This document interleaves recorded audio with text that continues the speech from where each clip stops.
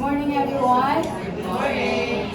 So, we are the 16th group, or also known as the first group to open the Unit 4 of the teaching PE in PM Health in elementary grades, which entitled by Strategies in Assessing Physical Education and Health in the Elementary Grades. Kung siya ang title sa Unit 4 na among i-discuss karon. Pero ang among yung topic jud kay sa lesson 1, which is the revisiting the essentials on assessment. So we'll be revisiting the importance or the essential of assessment in the classroom settings. Minaw pa ba ang tanan? Okay. So, before we delve into our topic, we will first tell you our objective of the day. First objective, at the end of the lesson or the reporting, you will be able to differentiate formative from summative assessment. Second is to clarify the importance of assessment in instructional delivery. And the last one is evaluate the importance of effective assessment in teaching physical education and health in the elementary grades. Yes. Okay, mo ba itong objective karon, okay? So, we will start. Revisiting the essentials of the assessment. Okay. Glendy, please stand. Okay, so I will be reading a quote from Daylan William. You will be sharing your thoughts about it, okay? Okay, so our students do not learn what we teach. It is the simple and profound reality that means that assessment is perhaps the central process in effective instruction. Again, our students do not learn what we teach. It is the simple and profound reality that means that assessment is perhaps the central process in effective instruction. What do you mean by that? In your opinion? Kung ang students kay dili siya maka-learn dili siya maka-learn sa itudlo lang. So it's really important. Assessment is really important in the teaching learning process because dili ma-determine ang usa ka students if they really understand the lessons that has been discussed. Okay, thank you, Miss Lindy. So she's right, guys. Oh, that's me. She's right, or she's correct. What she said is correct. So our students do not learn what we teach unless we will give them assessment. Okay? To determine if that student really learned our topic or lesson that we discussed that day. Okay? Do you get me? At it is according to Daylan William of 2013. Okay, so as gatekeepers of quality instruction, it is a must for educators to understand the importance of assessment. Yes, it is really a must. It is really important that educators or us future educators to know the importance of assessment in the classroom settings. Because assessment, as pointed out by Daylan William, is considered the central process in any form, in instruction for it to become effective. That's what we said last meeting, or we always said that assessment is in any form of instruction for it to become effective. Because lesson without assessment is nothing. Kay ang imong mga student, wala dyan ma-learn. Okay. Yes.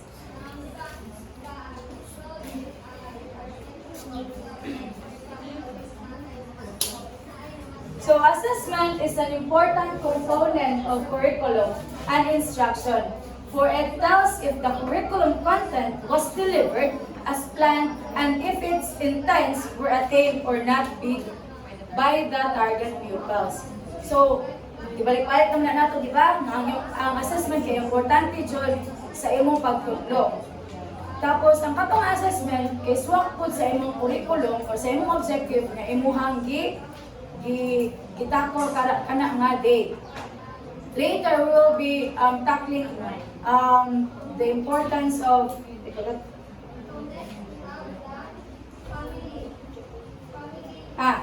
the alignment of assessment and standard outcomes.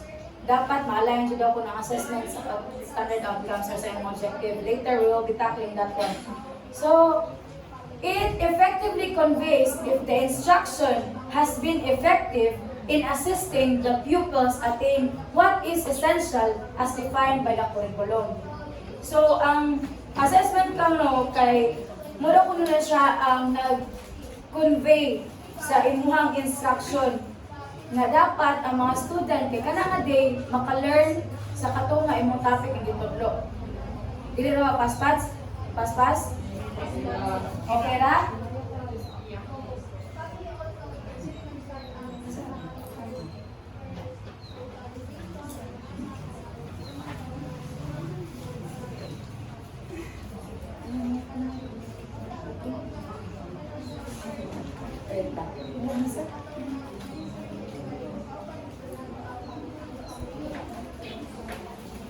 Thus, we consider assessment as being the alpha and omega.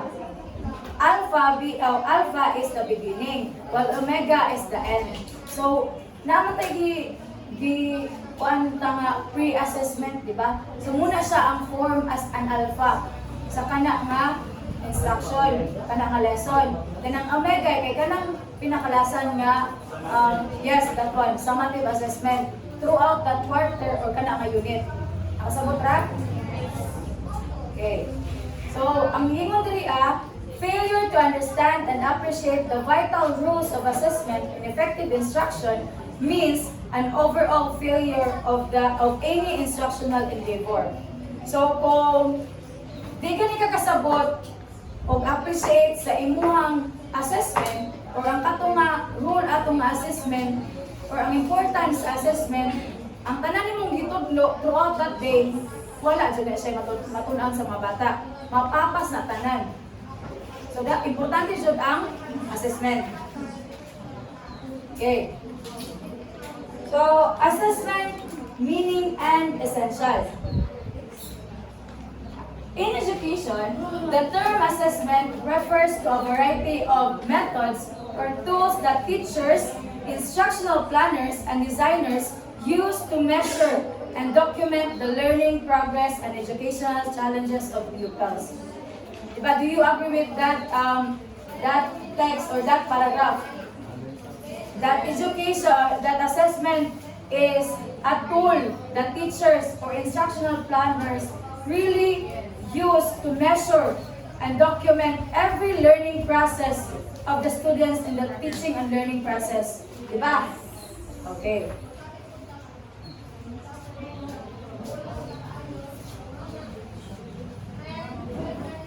So, according to Black and William of 1998, they defined assessment as broadly to include all activities that teachers and pupils undertake to get information that can be used diagnostically to alter teaching and learning.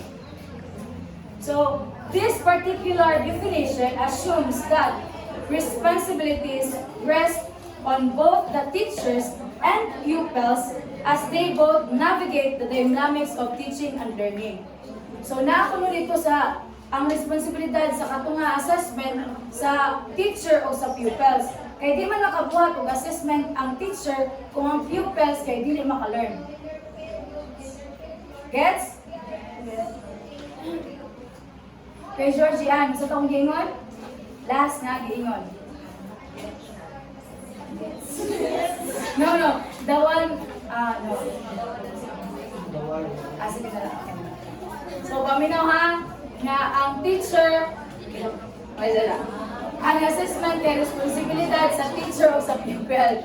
Kaya ang teacher pa mag-mo sa assessment, ang pupil mo, take, or mo receive atong assessment. Okay?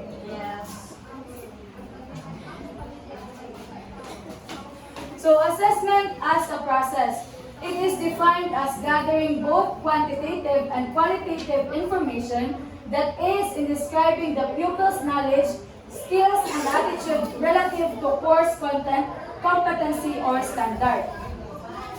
So, this quantitative and qualitative information is used as the relevant basis in making a sound instructional decision about the pupil's learning that could happen at any point in the instructional process. So, mag-gather ka din o kanan mo nga mga example, nagpa-quiz ka na. And then, ang katong quiz ni mo, like example, ang assessment. Then, ang katong quiz, assessment kay Silvi, particular, kanang gamay guys lang po ha. So, naitan lang siya, imong i-refine, or imong i-revise or reteach that kanang lesson. Kaya para ang katong topic, kay masabtan jud nila. Then ang quality po, ang quality sa imong assessment, o quality sa imong pagtudlo, may strong po sa imong assessment nga gibuhat. Nakasabot? Yes. Okay. So, in many cases kasi, kay teachers and learning facilitators find themselves in a precarious or kanang naglisod sila o kanang naglisod sila in the way that kanang mutudlo pa sila og lain nga mutudlo pa sila sa lain nga topic or magstay sa sila diri kay wala pa nakasabot ang mga bata. So imo jud na una-unahon nga ang assessment kay makatabang jud na siya sa imong pagdesisyon kung mo-proceed pa ka sa next topic or mo stay sa kadito para i-repeat siya balik-balik kay para mahibaw sa mga bata o ma-learn jud nga topic sa mga bata. Masabot ra? Yes. Di na paspas? Matagpo ko naman. So, through assessment, the data it provides is important for teachers to arrive at a sensible decision. At parehas akong gingon ganina, nga makadesisyon ka kung mo-proceed ba ka sa next topic o mo stay sa kaniya sa katunga lesson. Ay para may buwan sa mga bata. Kira, wala nang libog. Questions? Wala? Okay. So next.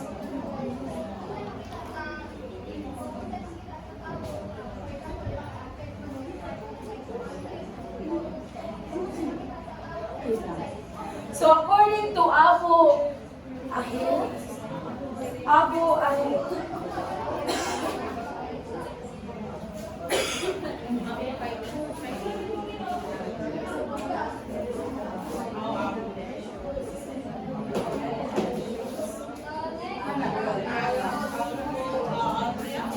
Aliyah? I don't really know how to pronounce that. So we will humalang sa Abu Aliyah. Yes. Aliyah. Okay, so ganyan lang atong kanabanon ang pag-pronounce sa Abu. According to Abu Aliyah, educational assessment can assume several forms depending on the intention for which it is administered. So, di ba natin gingon diri ang traditional and performance-based assessment. Traditional, which is written, and then the performance-based, kaya itong authentic assessment, itong mga performance, role-playing, para sa itong discuss na ganina, para ibawan sa mga bata kung asa na dapita ang ilang grade sa katong assessment asa ma-fall. Kung sa written ba or sa performance-based ba. Gets ra? Okay, next. So as Scriven pointed out, assessment can be employed as formative or to improve and summative to decide. Diba? Formative, it is done during or before the lesson and after the lesson, and as the summative is to decide done after that unit or that quarter or chapter. So di ani mo ma-decide kung ang katong nga bata kay naka-learn jud ba sa katong nga lesson nga imong gibalik-balik og dili lesson lang. Ang katong nga bata kay naka-learn sa katong nga mga topic nga imong ipang-discuss throughout that chapter or unit or yes, chapter and unit. Para maka-decide ka kung unsa ang imuhang buhaton nga assessment. Nya ang formative kay to improve. Mangutana ka ana pirmi sa ila while discussing. Kaya para makabaw sila kung nag-improve ba ang ilahang understanding sa katong nga topic or wala. Okay? So now, we will be tackling the formative and summative classroom assessment, which will be discussed by teacher Christian. Yes.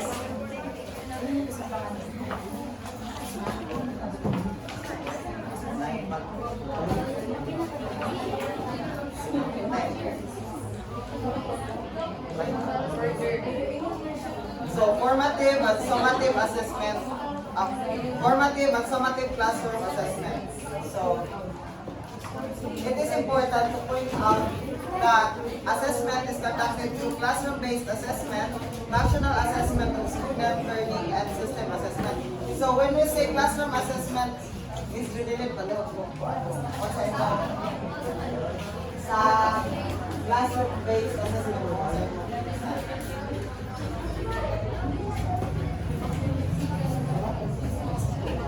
So, it is very important assessment na imong buhaton siya i-conduct sa classroom para doon paano siya magsabot ang students ba. So, atas mo po ma-provide sa mga When we say classroom-based assessment, it is an approach to assessment that involves teacher assessing their students on their own students during regular instruction or regular giving instruction to the classroom. And also, this method often used as to evaluate students to evaluate the students about their understanding, skills, abilities, and abilities in this subject area. So, example sa classroom-based assessment kay project-based assessment, classroom-based assessment kay kanang mahitabo na during classroom instruction doon kanang bitaw man discuss ang teacher mo na siya ang classroom-based assessment. So, example sa project-based assessment kay classroom-based assessment kay project-based, written exam, in physical education subject, physical health and physical performances, health practice, fitness test. Then next kay national assessment of student. Napalayo sa kapangutan na Krisan. Sa lang kapangutan na ang formative of summative assessment ba asa mo siya ng bilong sa classroom? Bilong ma-appeal ba siya ang summative of formative assessment sa classroom-based assessment? Yes. Kahit?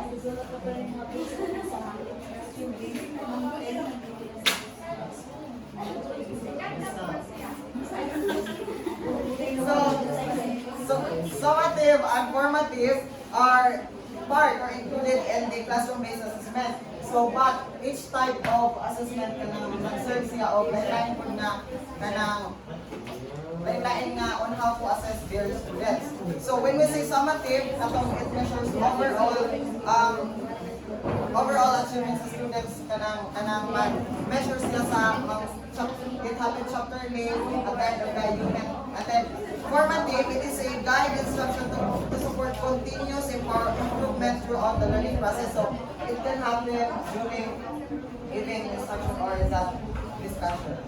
So when we say national assessment of student learning, it is a large-scale evaluation that measures the knowledge and skills of students in areas entire day country. So national assessment of students learning, so could happen in country. And also it is like a report card, and it tells how well the students are performing in the classroom. And also it focuses on the performance in key subject areas like math, science, and reading, and other academic disciplines. So, its purpose is to provide data on students' achievement on understanding, allowing policies and educators to evaluate the effectiveness of educational progress. And the last is the system assessment. Ang system assessment it refers to the systematic process of evaluating and measuring the effectiveness, quality, and outcomes of educational system or program. It involves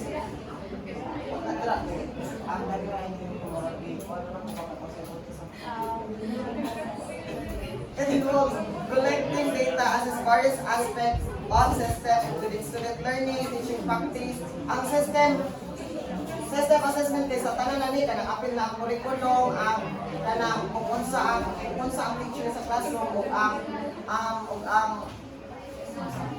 unsa na kanang ang performance sa mga students, apil na ang policies, ang mga basta tanan na yun na over sa kanang system assessment, apil na sa tanan na sa classroom. Niya ang kaning national kay katunyang assessment nga ning sa specific subject areas nga math, science, reading, or other disciplines. So next,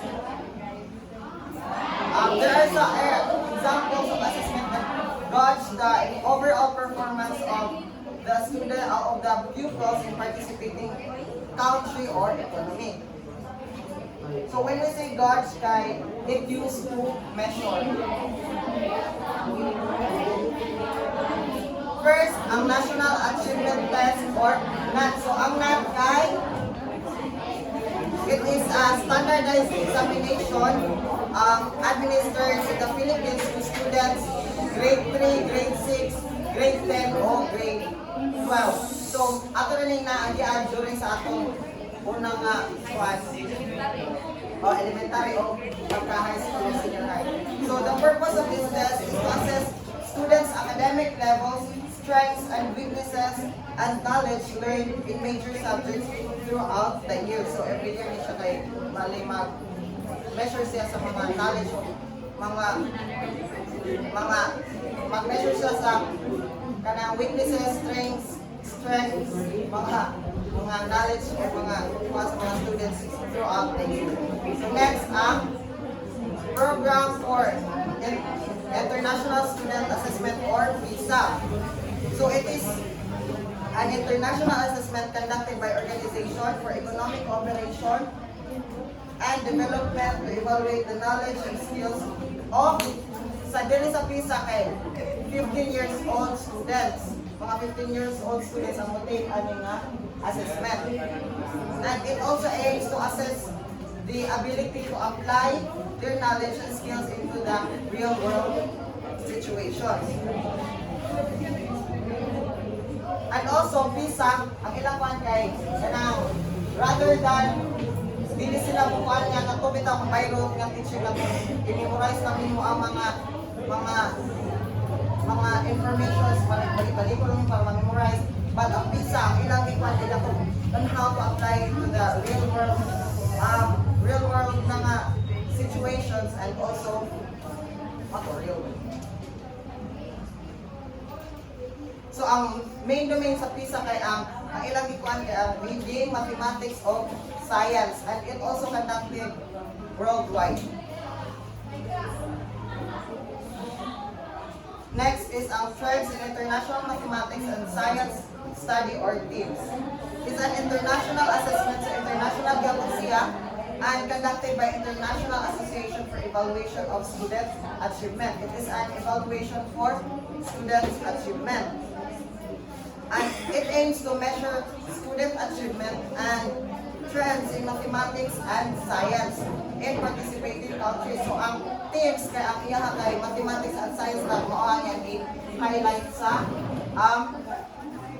assessment. So friend, unsa to ang highlight sa teams nga assessment? Unsa to nga discipline ang ilang i-highlight para pagdating sa assessment international?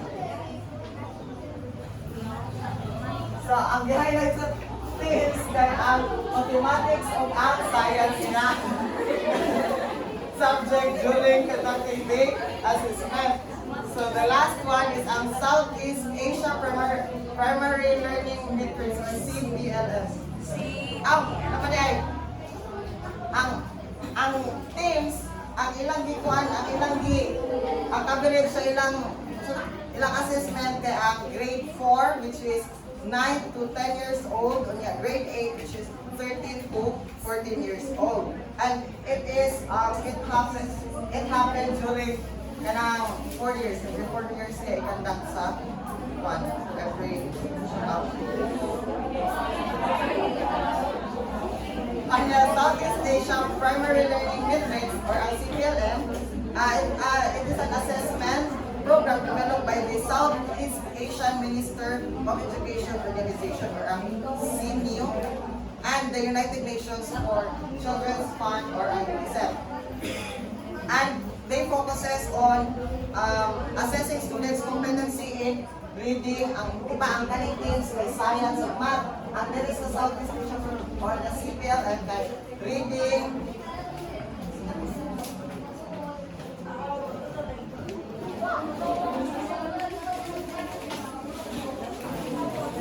reading, writing, and mathematics. Yun ang ilang focus. And then, it involves several countries. These countries are, these include Cambodia, Laos PDR, Malaysia, Myanmar, the Philippines, and Vietnam. So those are the countries na involved sa Southeast Asia Primary Learning Matrix. So unsa ganito ang ginafocus sa CPLM adjective. Ay nasa ginafocus na ilang mga Southeast Asian mga country. oo niya, unsa to ilang di unsa ilang gikuan nga, di ba ang direct ang sa trends, sa teams kay science of math, direct sa ilahan. Reading, writing, o mathematics. So next, Department Order number 8, series of 2015. Classroom assessment is an ongoing process of identifying, gathering, organizing, and interpreting quantitative and qualitative information about what pupils know and can do. So, kung sa ganito ang qualitative and quantitative din. So, ang quantitative guide, kung saan mo pag-grade based sa ilang mga scores na nakuha sa assessment, ano na qualitative kay ang quality sa imong assessment na ihatag throughout that lesson. Ang qualitative kay kanang mga scores na nakuha nimo o nakuha sa mga students sa atong assessment. Ano mo tayo mong basihan. Ang qualitative kay ang katong quality sa imong assessment na ihatag para ma-learn sa mga bata ang katong lesson. So, this kaning department order, it highlights the comprehensive nature of classroom assessment. And diba, so when we say assessment, it is an ongoing process of identifying, gathering, organizing, and interpreting quantitative and qualitative information about what pupils know and can do. So through assessment, we teachers can gather and organize and interpret the atong na-gather nga data or mga scores for students on identifying the quality of assessment na ating hatag sa students.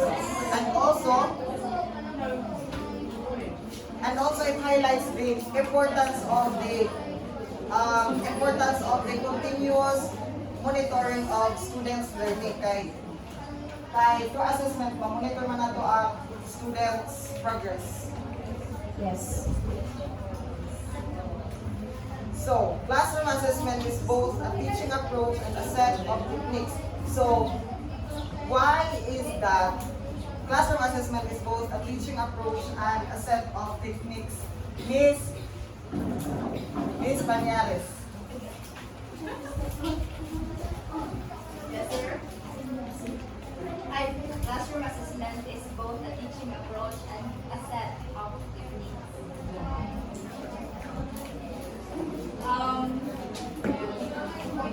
Classroom assessment is both teaching approach and a set of techniques because, as you all know, I think as well that assessment is the central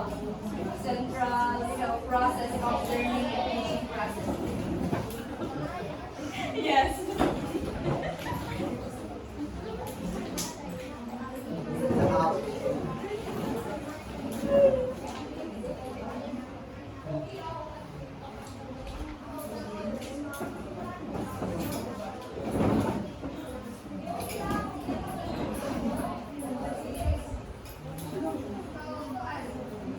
So it is a set of teaching approach and a set of techniques because assessment is an approach that a teacher uses or utilize to assess their students, not just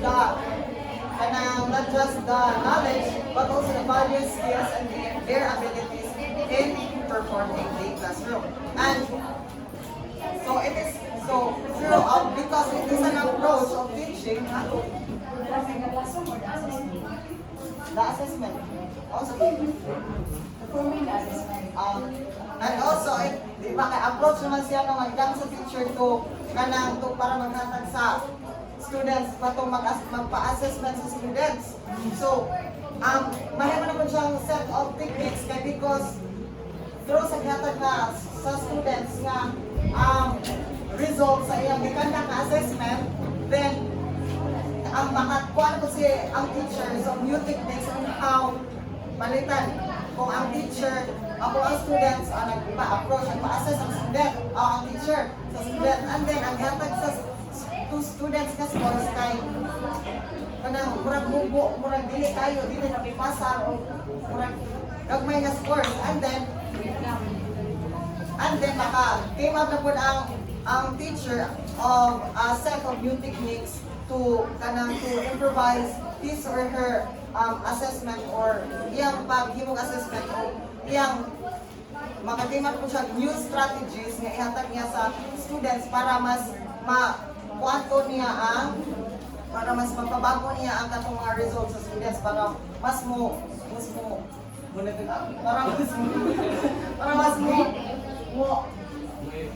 improve pa ang students sa through nga bago niya nga technique kay ang iyang approach nga gihatag kay murag kuan man kanang dili man kuswag sa student. And then next kay ang formative assessment to be discussed by Nia.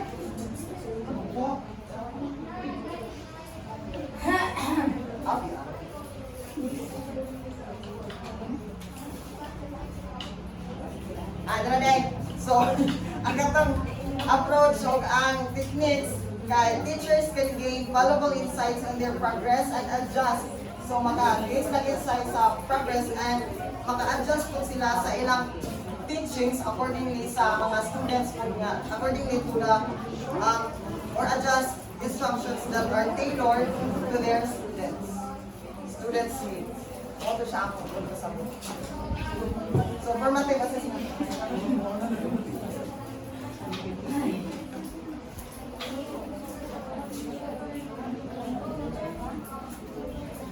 Okay, so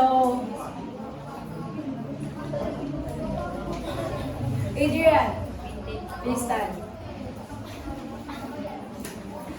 So when we hear the word formative assessment, balik-balik mo siya. When we hear the word formative assessment, what do you mean by that, in your opinion?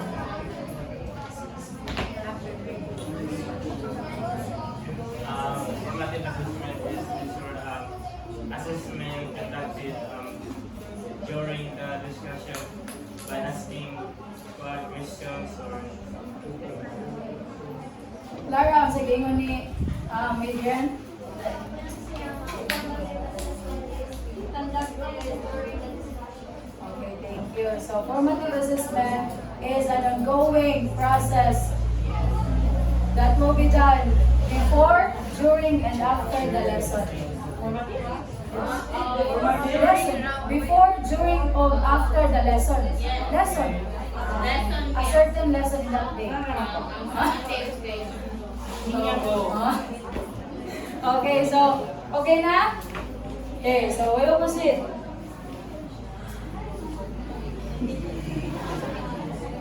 So according to Boston in 2002, he defines the formative assessment as the diagnostic use of assessment to provide feedback to the teachers and pupils over the course of instruction. So ingon siya nga ang formative assessment ko no kay ang diagnostic use of assessment to provide feedback sa mga students while you're discussing. So best example to this one, naminaw pa ang tanan? Yes! Okay. So, best example of formative assessment is the in-class discussions. Do you know what is in-class discussion? Yes. It is where the teacher may ask questions to students throughout that during the discussion. Kaya nga in-class discussion. So, example to this, ato ni-relate sa PE, no? Example ani Example ani kay ang topic ninyo karong buntaga kay to be physically fit. So a teacher may ask students in the middle of discussion, mayon nga, how are you going to be a physically fit person? So what will you do to make your body healthy? May ana nga mga questions. So in the middle of discussion na siya ha, kaya para may bawaan mo kung ang kanang bata kay naminaw pa sa imo. Para po makahatag kag feedback kung ang katong nga bata kay naka-answer sa katong imong question or wala. Kaya para maingali mo nga paminaw siya pa maayo kay para maka-answer ka sa sunod ng mga questions o sa assessment yung minabuhat. Nakasabot? Yes. Okay, so next. Next, the term formative should apply not to the assessment, but to the function that the evidence generated by the assessment itself. So, confused man, di ba? Naglibog ng ano. Tanawa o basahan ninyo. The term formative should apply not to the assessment, but to the function that the evidence generated by the assessment itself. So, di ba ma-question kung ano? Inong si William Kanangwan, William 2013. So, meaning to say that the focus of the assessment should be on how the evidence gathered from the assessment that is used to inform and shape the learning process rather than just labeling the assessment as formative. So, ang assessment ko nung kay mag-focus sa mga evidence na nag-gather throughout that assessment or sa assessment kay imo ang gibuhat sa mga bata.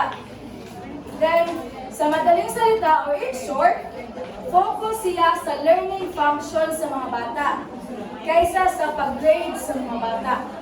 So, ang assessment kay giingon diri niya nga ang focus ko sa assessment kay sa pag-learn sa mga bata, dili sa pag-grade. Bonus na ang pag-grade sa mga bata na imo ang gibuhat nga assessment. So dapat ang katong assessment kay maka-learn ang mga bata. May bawaan nimo nga na-learn ang mga bata kana sa kana nga lesson or kana nga chapter or unit. Ang sabot. Okay. So, assessment for learning. So, ang teacher kay mag-adjust sa himuon niya nga assessment kay para ma-accommodate lahat ng needs ng mga bata. So, ang formative assessment kay also known as the assessment for learning. Done before, during, and after the lesson. Mga nang assessment. Okay, may palit na ha. Ang formative assessment kay done before, during, and after the lesson. Okay.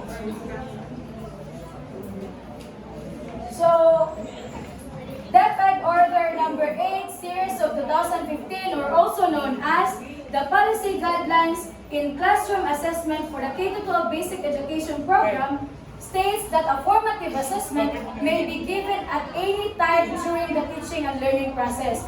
Diba? Nag-ingon ko nga, ang formative assessment done before, during, and after.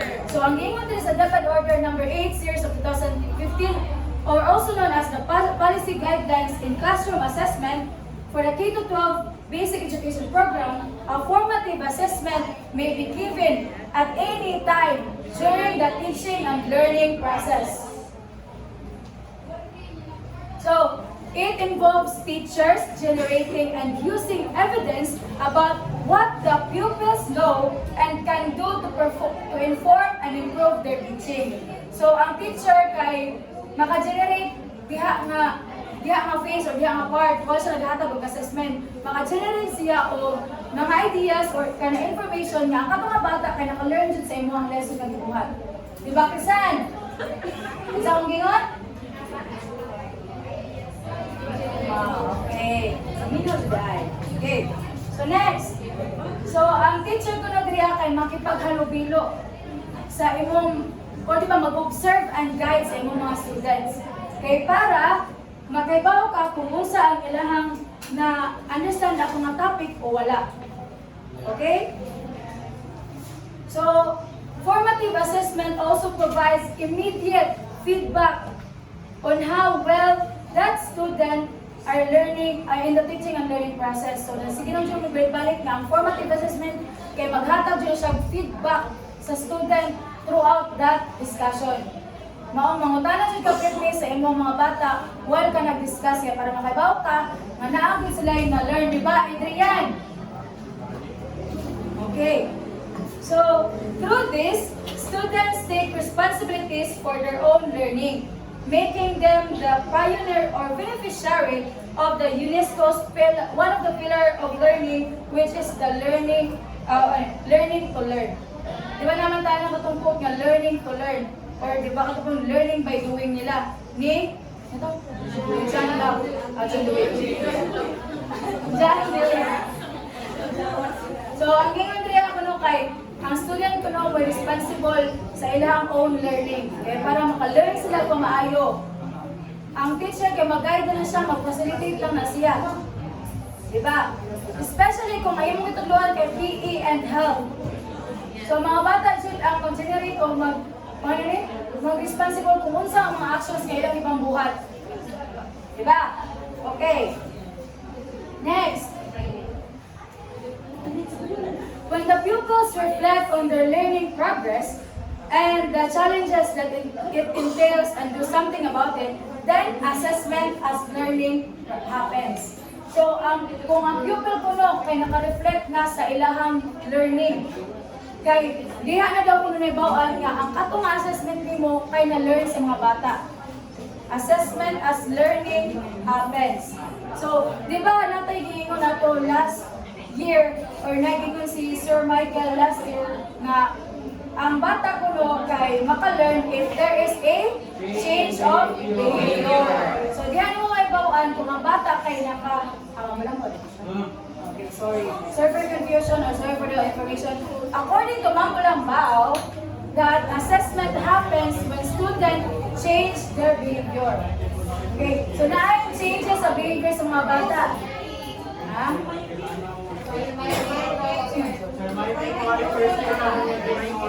Okay, so what did you guys? Sorry for the wrong information. Yes. Ingat mo si Ma'am. So, according to Sir Michael and Ma'am Bulambao, that assessment or the student really learn if there is a change in behavior. So, diyan din mo ibawaan kung maka-learn siya ng mga bata kung na-ay changes sa iyong behavior. Okay. Di ba, Honey Glenn? Yes. Yes. Okay. Next. So, as a beginner teacher or kanang baguan pa ka na kung teacher, kanang na-appoint as kanang teacher ba? Sitaw ka na nila? Ha? Kanang bago ka na yung teacher o kanang sa field pa lang ka, dili pa ka, wapa kay year diha sa patong mga teacher, newly hired. So, newly hired teacher, na ako na yung template nga sundon. According din sa katong libro yata ni ma'am. Na ako na yung template nga sundon for formative assessment planning sheet. Para makahimo ka o formative assessment. Amin na ba? Yes! Okay, so na. First, what do I want to know? Kung unsa imuhang mga ibawan while while constructing that assessment. Kung unsay gusto dyan mo mahibawan sa kana nga lesson o kana nga student kung nakaibaw ba na sila o nakalearn na sila kana nga lesson. Yes? Yes? Yes! Second, which technique will I use to get this information and why? Kung sa kulong mga technique nga akong gamiton para makuha niya information sa mga bata o magpa-traditional assessment ba ka or magpa-authentic assessment ba ka? It depends on your strategies and techniques, di ba? Okay, di ba, Jolene? Yes. Okay, third, how will I introduce this technique to my students? Kung saan ko na ako pag-introduce, kung saan ako paghatag kini nga technique sa katong sa ihip sa imong mga students. Oh yes! Isang wala na ka mag-give ka o motivation sa mga bata para ang katong assessment kay imong buhaton kay ma-adapt ka nila or kana galing ma-interest sila, ma-intro. Basta ka to siya. Mag-pure review sila kung unsa na ang assessment imong datag. Gets? Yes! Fourth, basa tanan. Everybody read. 5, 6, 7, go. How much class time will it take? Yes, importante po na siya kay usa ka disadvantage sa imong paghatag og assessment kay ang time jud siya, time consuming jud siya. So dapat mutana jud ka imo sa una-unaon kung how much class time will it take. Diba example, maghatag og assessment 5 minutes na gina siya. Usahay kay 5 minutes or 10 minutes, mag-set jud kag time kay para may baka mga student kinahanglan jud mo giapas nga oras or gi-allotted time na siya. Nang-allotted time for that assessment. Ana. Yes, time allotment. Kailang assessment. Sorry. So, number 5, basa tanan.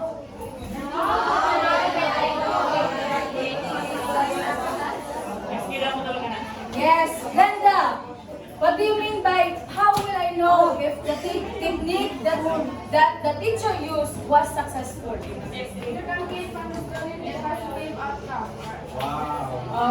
so yes. Give her a 5 clap. 1, 2, 3, 4, 5. 5 claps. Yes. So, just like what she said, that when you should, you know ba? Yes.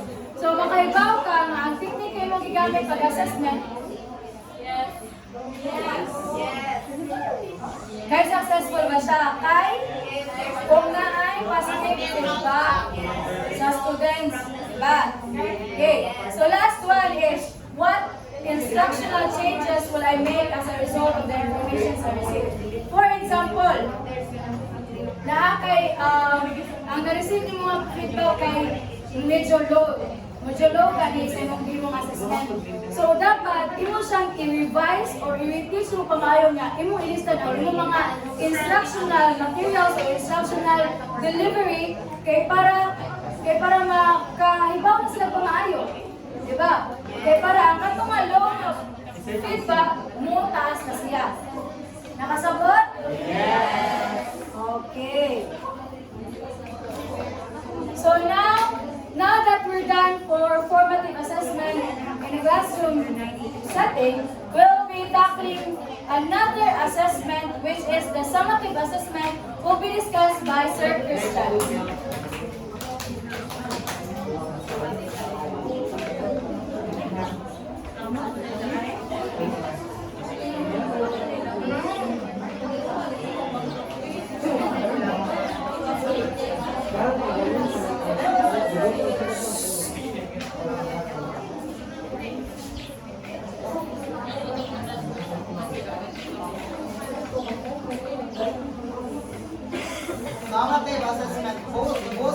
2002 generally takes place after a period of instruction. So, muna sa definition sa summative assessment.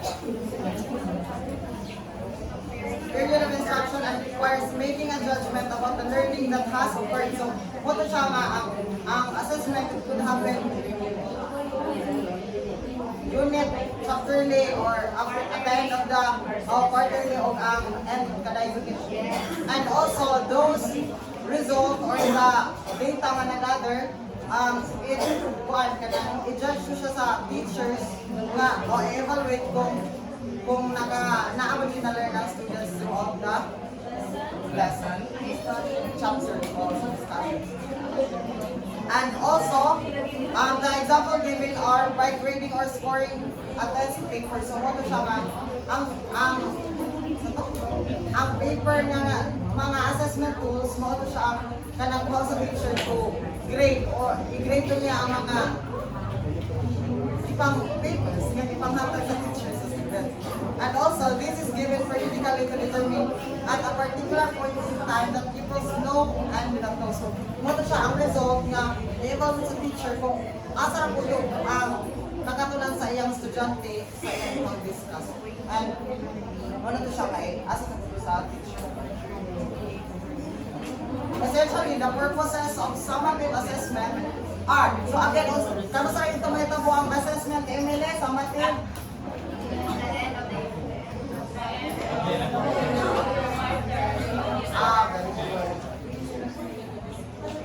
So essentially, the purposes of summative assessment are, first, to ensure accountability.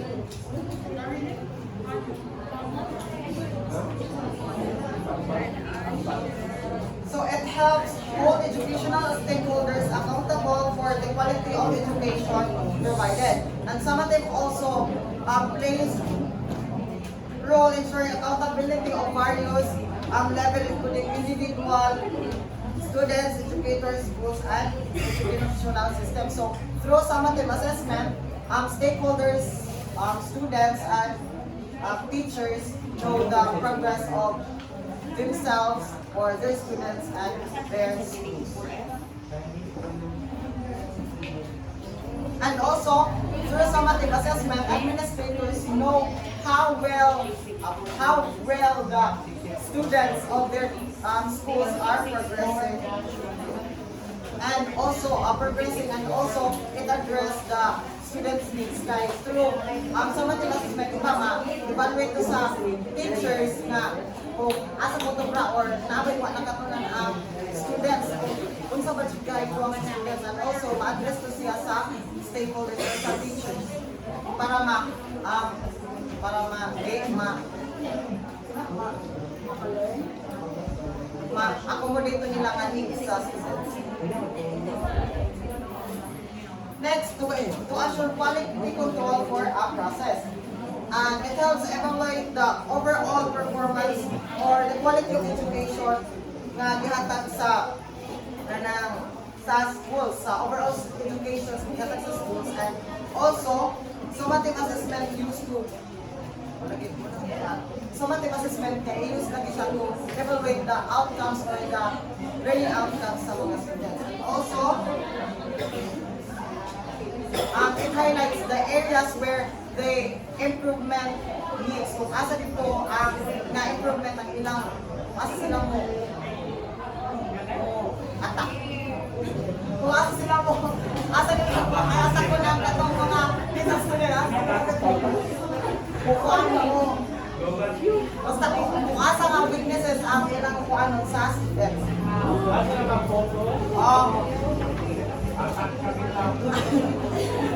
And also, last one is to identify needs and allocate resources.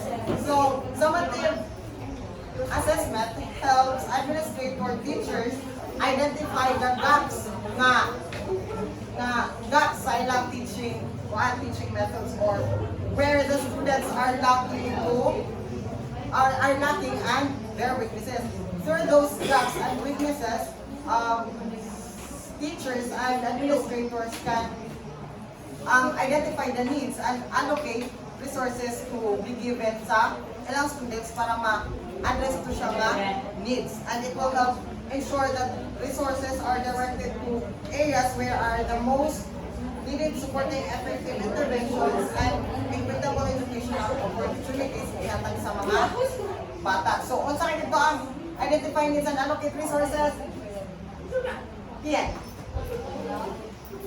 So, identify needs and allocate resources.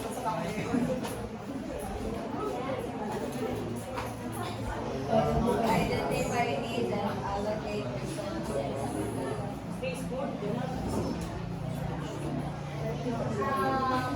It is very essential to identify needs and allocate resources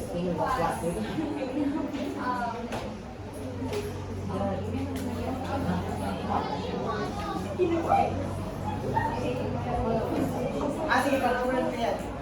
para makita needs Bakit siya nga?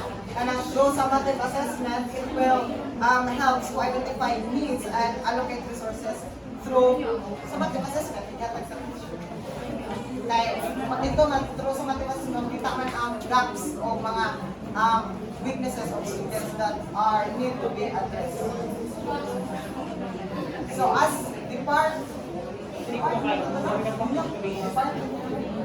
department order number 8.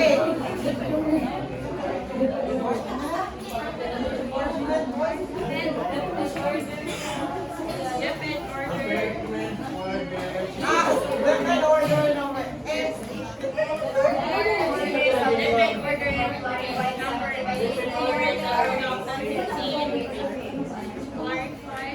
Mission Order number 8, series of 2015, also known as So as Department Order number 8 or DO number 8, section of 2015 to clarify that summative assessment are recorded and related to determine whether the pupils have met the content and performance standard. So, nabalik-balik na ito sa ano nga, ang summative assessment, ang result nato kay ikuha ko sa teacher, i-record and then record and evaluate mo na na-met ba sa students na iyang ituluan ang content na iyang ginatulong throughout the lesson or and na-met ba niya ang mga performance standards na ihatag sa group.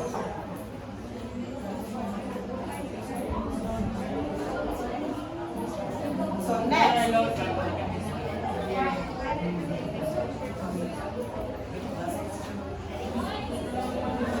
Rosa, unsaon to sa teachers ang iyang nag-gather nga kanang results sa summative assessment gihatag sa students sa teacher?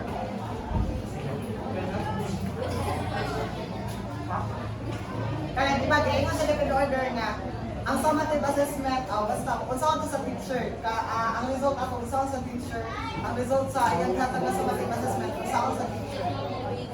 Basis din po ang iyang effective ba po ang kasama namin ang ilan na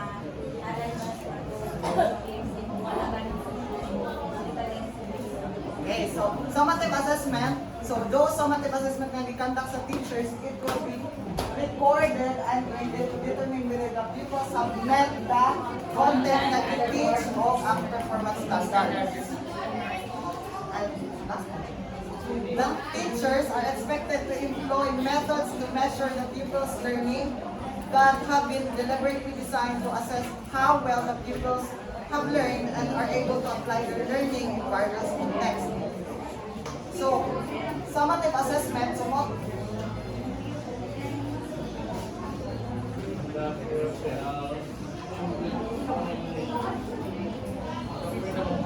summative assessment, so, kung ano siya ang summative assessment kay ang student of assessment of learning, ang formative assessment for learning.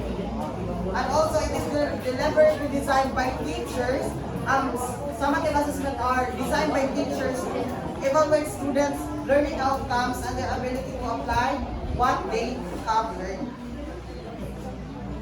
And also, this application, itong application sa students, it may involve problem solving, critical thinking, analysis, and synthesis or practical application of knowledge and skills in real world situation. At also, kung ang teacher expected to employ a summative assessment, and also pupils must involve in making decisions about summative assessment. Task to pursue. They must also be allowed to literally demonstrate their learning in various ways using resources available to them. So, hindi lang kay kanang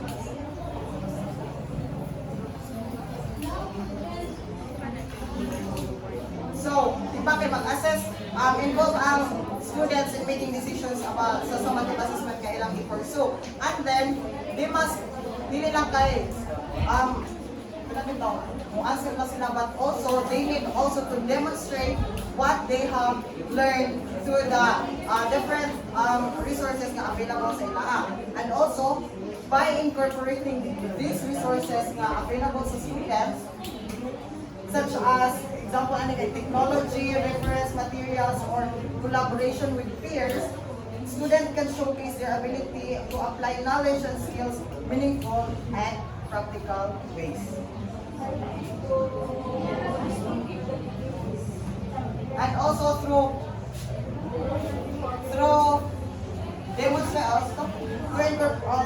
allowing students demonstrate, it allows them to experience the individuality and to express or ilang ipakita ang ilang unique abilities. And next, embedding formative assessment in instruction to be discussed by Mia.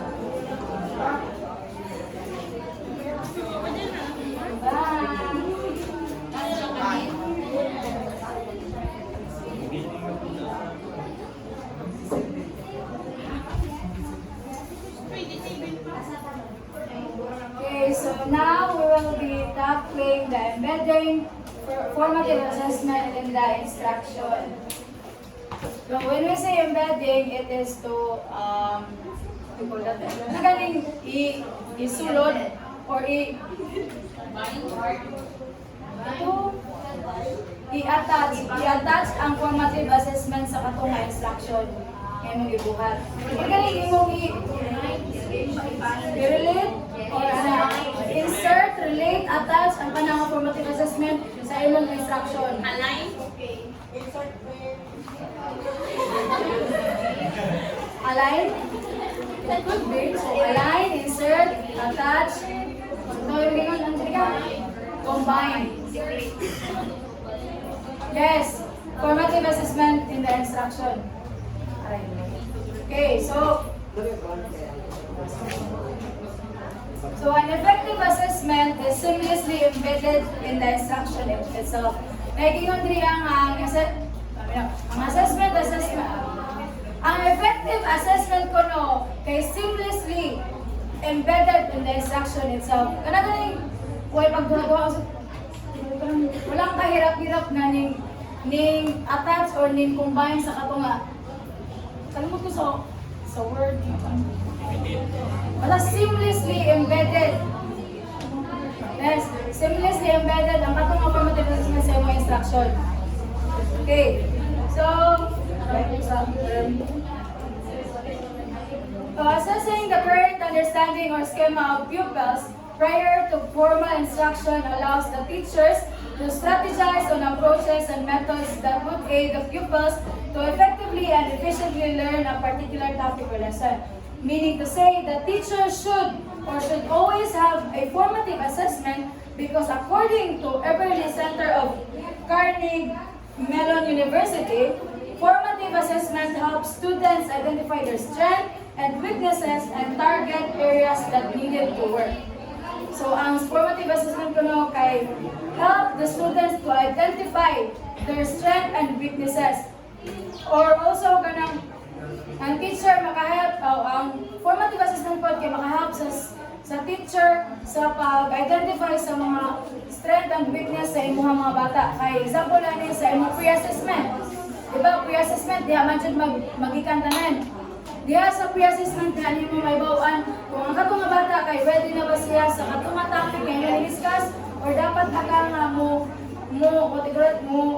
dwell sa katong last topic nga imuhang gibuhat or imong gi-discuss. Diba? Gets? Yes. Next. During instruction, formative assessment in the form of learning exercises and processing questions informs the teachers as regards the pupils' progress and questions of knowledge, skills, and values. So, understandable naman, di ba nga, during instruction, ang formative assessment kay ma-form as learning exercise sa imong mga bata. Di ba, nagsigil na balik kani ganina, nga ang formative assessment kay mo gina siya ang way para may bakanin mo na ang mga bata kaya nakagaling ba wala. Di ba? Sabot? Okay. Next. In terms of post-instruction, formative assessment informs the teacher whether the instruction provided for the pupils, the information provided by the assessment can be used as a basis for whatever to reteach, or whether to reteach, remediate, or even enrich the lessons. So, di ba, post-instruction formative assessment, katong it is done after sa imong lesson. Di ba naman ay, kanang quiz gani, after, di ba, after sa lesson, di ba, lesson ka, and then quiz after anak. So, diyan mo may bawaan kung ang mga bata kay naka-learn ba, so, imo siyang i-gather ang katong nga evidence o imong mga information nga nakuha sa mga bata, kung whether imo bang i-reteach ang katong nga lesson, kung gamay sa nagkuha, or mo proceed ba ka sa lain nga topic kung dako sa nagkuha. Di ba? Dili ra mapaspas? Okay ra? Mananihog tanan. Gets ba? Yes! Okay.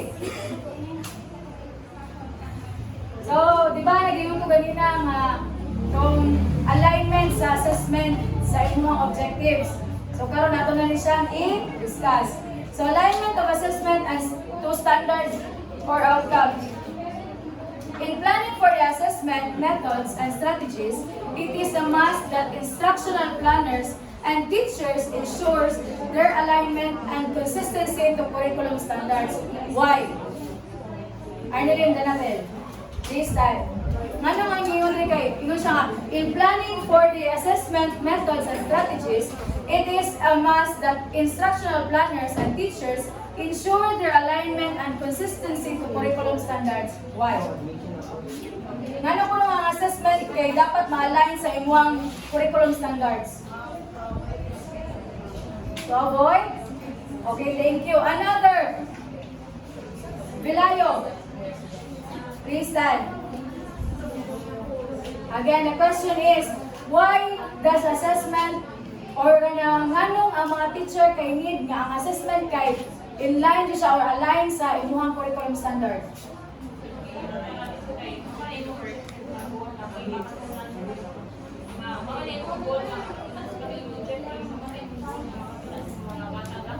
Align sa imo pang curriculum standards para makita nimo kung ang kapatid mo na media review. Okay, thank you, Ms. Alexis.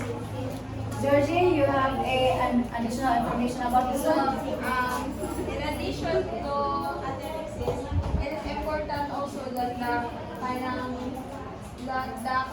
teachers assessment is aligned sa ilang objective because what's the point if it becomes less Yes, that's true. Okay, so the three of you are correct. So dapat jud nga align silang imong assessment sa imong gibuhat o imong objective sa kana nga day. Kay if ever nga wala na align ang imong assessment, walay matutunan ang imong mga bata. Meaningless ang imong gitudlo. Just like what Ms. Georgianne said kanina. So it is highly advised that teachers inform their pupils of the intentions or objective of the lesson so that they will aim to achieve these learning goals. So di ba, when di ba natin demo last year? So, di ba, naman dyan, after motivation, usahay kay di sa nato ni siya i-reveal ang kanang objective kay gusto nato nga mga student mo maka-discover kung unsa jud ang objective sa kanang adlaw. So, usa mo na siya ka strategy sa teacher. Pero ang traditional teacher kasi kay they will reveal first the objective of the day before ka mangutana sa mga bata kung unsa inasabtan mo ang objective. Diba? Okay. So, it is really important or advice sa teacher nga i-inform ang mga students sa imong learning objective karong nga adlaw. Okay. Next. So, now that we embed the formative assessment to the instruction, formative or summative assessment to our instruction, we will be planning for assessment now. So, how to plan for assessment? Kung saan mo pagplano ang assessment? Okay, so Bell Jane, this time. So, based on understanding this one, kung saan mo pagplan ang imong assessment? In planning the assessment, first we need to consider the topics that we've discussed, and most especially cater all the topics nga imong ma-discuss towards your students and making an assessment. Okay, thank you, Mel J. Okay, that's so that's correct. Yes. So as pointed out by Andres, Esmeralda, and Pedernal in their book, Teaching Social Studies in Elementary Grades, good assessment strategies start with the pupils in mind. So, good assessment strategies start with the pupils in mind. Good teacher will keep in mind the list of questions below when planning for assessment.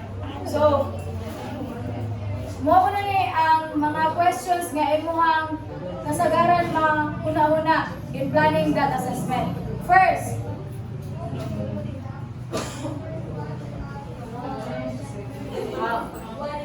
what is to be assessed? Unsa ini mong i-assess sa kanang adlaw?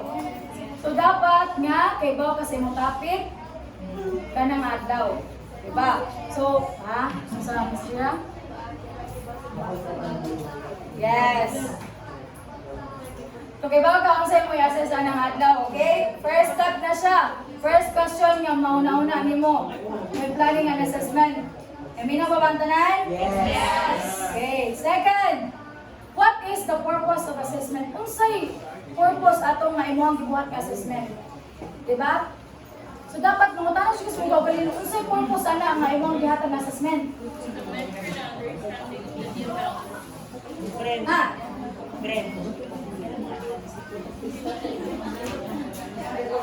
So the purpose is to determine the extent to which the students have acquired the knowledge, skills, and understanding outlined in the curriculum.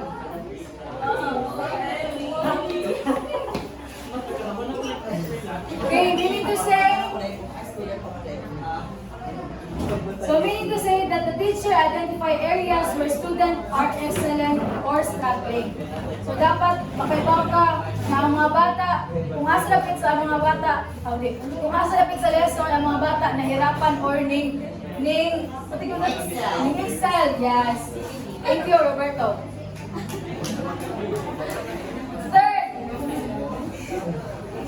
Third is, what assessment tools will best provide the information we need?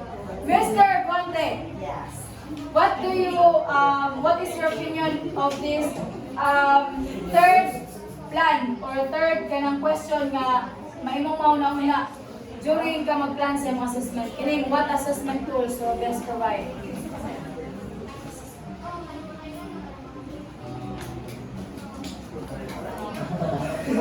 What assessment tools will best provide the information we need?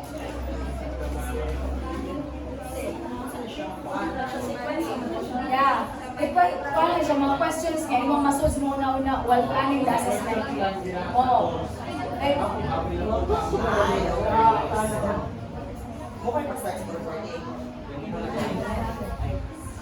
What assessment tools will best provide the information we need? So since it is in a question form, Not surgical. Assessment tools would probably be thinking of the availability of the resources so as to gather with the instructional materials, because in the process of teaching there are actually a variety of different tools. Yes. However, we still need to look for the availability and at the same time the availability. Yeah, so what he said is correct. So dapat jud na i-consider nimo ang imong assessment tools when planning that assessment. Kaya dapat ibaw ka kung unsa may makaya sa mga bata, inig mo-assess na ka. Diba? So fourth question, who will collect the data? Teachers, pupils, or other stakeholders? So, isa ko mo collect sa mga data ngayon mo na-gather. Siyempre, ikaw, teachers, ikaw dyan mo una mo collect sa mga data. Nya, after na nimo ma-collect ang mga data, yan na nimo i-provide ang feedback sa katong mga pupils. Kung ang katong mga pupils ba, o yung mga students, kay nag-excel ba, or nag-struggle ba sa imong assessment. And then lastly, the other stakeholders. Diba naman tayo katong portfolio, diba? So, diyan mo determine kung ang kaning mga other stakeholders, diba, kato ng mga parents, ang kining mga staff sa mga other instructors sa kanang school. So, dapat makaibaw po sila sa imong nag-gather ng mga data. Okay, so fifth question is how often and when will the data be collected? So, kung how often and when will the data be collected? Kung kapila o ganus ani mo kwaon ang katong data. For example, nag-quiz ka after sa imong discussion, sa imong man na i-collect. Then, after ana, kung ini unit test na nimo, wow na na nimo di ata imo na itong record, di ba? Kung imo ni Christian and Darius kanina mga summary assessment kay kwaon kay para ma-record. Yes, ma-record o mag-graded ang katong mga assessment. Nakasabot ba? Yes. Okay.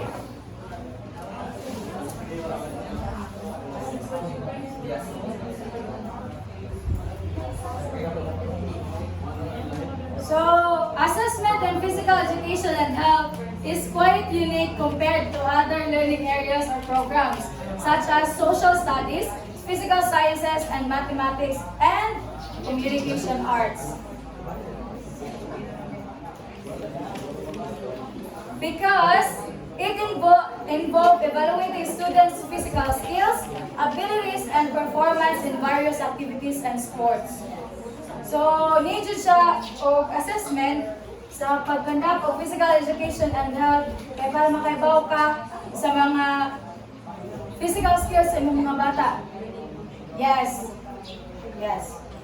So, it goes beyond physical skills and encompasses health and well-being. Then, next is it requires specialized assessment to observation techniques and considerations for safety, well-being, and development of lifelong physical activity habits. And lastly, this assessment aims to support students' physical development, health, literacy, and overall well-being. So,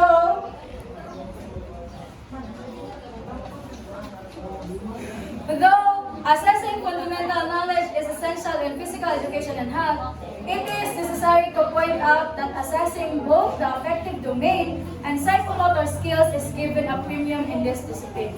Ngano man, ngano daw ko nung tagaan na siya premium or kanang nganong tagaan na siya billing or kanang separate ang kining affective domain of psychomotor skills when teaching or when assessing when assessing the physical education and health. Nganong daw ko nung i-point out jud ang katong affective domain ng psychomotor skills. Diba? Affective domain kana na siya ang katong emotions nga mag-gain sa mga bata when doing that physical education or physical activity. And then values. Yes, the values. Yes. Ha? Oh, Miss Joanne, isa to? Wala. We're just wondering whether the affective domain is the same with values integration.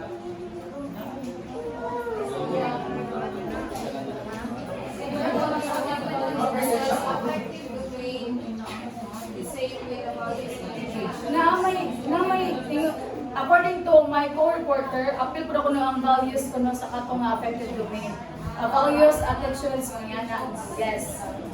So dapat jud nga imong i-consider ang affected domain sa imong mga bata and the psychomotor skills before ka mo give og assessment sa ilaha. Kung ganahan ba sila anang activity o dili, kung naa ba sila skill ana nga activity o wala.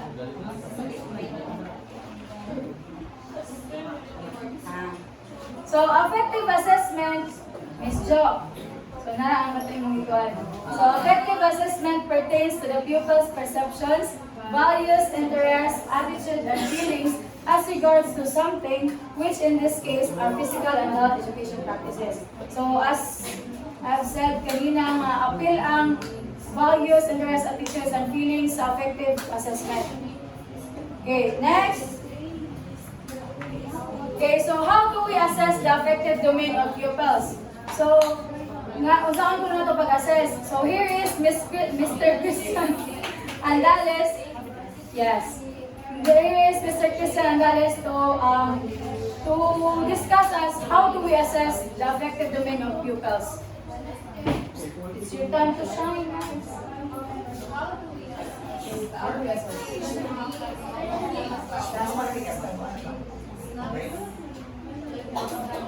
The teachers need to Identify and define the expected behavior relevant to physical education and health.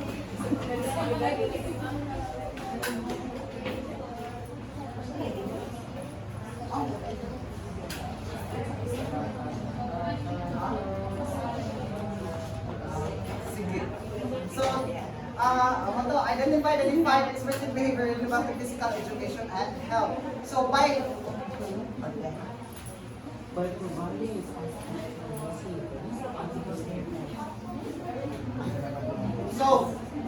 identifying or define the expected behaviors and relevant to physical education and health, students can make a positive and safe and conductive learning environment in physical and health. This creates foundation for students to develop important social skills, engage in meaningful activities, and achieve the desired learning outcomes. So, dapat rin if the teachers did not, if the students did not meet the expected behaviors, the teachers can consistently address or reinforce the appropriate conduct or the appropriate behaviors so that it will ma-met na sa students ang expected behavior sa certain subject, which is certain discipline, which is the physical, PE, and health. Actions that are suitable indicators of the expected behavior need to be enumerated and clarified. So, teachers need to action because it provides students with concrete examples and clear understanding of what expected from the physical education and health. So, ang students maghibaw sila or clear ang ilang kanang understanding kung unsa man gyud ang ilang behavior nga need nila para ma-met ang ato nga behavior nga kanang o expected nga ilang mga performance pakita. And then, last na. And through katong ang ingon, it promotes consistently and the clarity of the development positive attitudes and behaviors sa students. And lastly, the creation and utilization of checklists, rating scales, rubrics, journals, event recording, exit slips, medical records, and written tests are expected to follow. So, makapit siya ang teachers and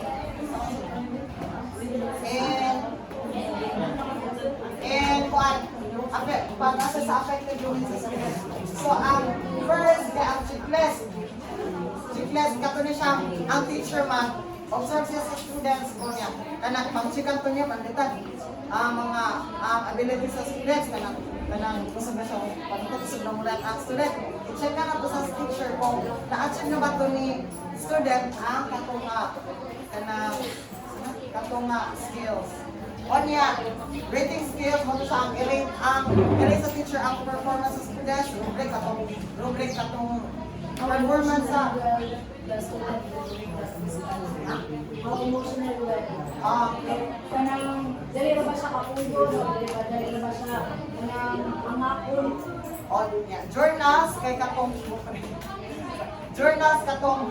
katong mga sa students ko unsa gid ang ilang mga ipamong na mga Yan ang pila ato. napil atong Mga activities. activities. So, event recording katong mga events, recording of events nga nahitabo within the discussions so niya. Exit slips katong makagawa sila kung ila lang makuan lang kanila nga performance perform to nila at anecdotal records and the written test are expected to follow written test katuning mga summatives. And all to siya, mo to siya ang affected domains na So, in conclusion, okay. So, di ba, ang among topic dyan kay revisiting the essential of assessment. So, ang amo lang di-discuss diri kay